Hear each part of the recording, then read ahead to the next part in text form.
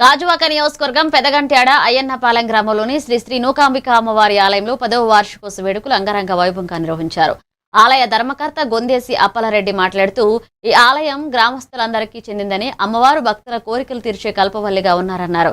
గ్రామ పెద్దలు కూడా అమ్మవారి మహిమలను కొనియాడుతూ ఇతర ప్రాంతాల నుంచి కూడా భక్తులు పెద్ద సంఖ్యలో వచ్చి దర్శించుకోవడం ఆనందకరమన్నారు. ఈ కార్యక్రమంలో ఆలయ కమిటీ సభ్యులు, యువజన సంఘ సభ్యులు, మహిళలు, గ్రామస్తులు పాల్గొన్నారు.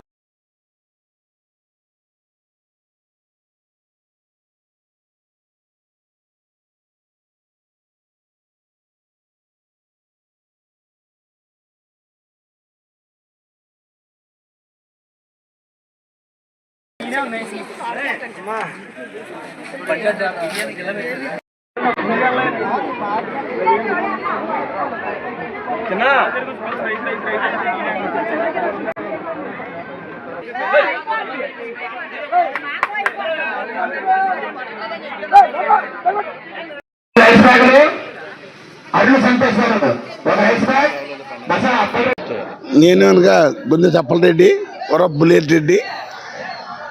నాకు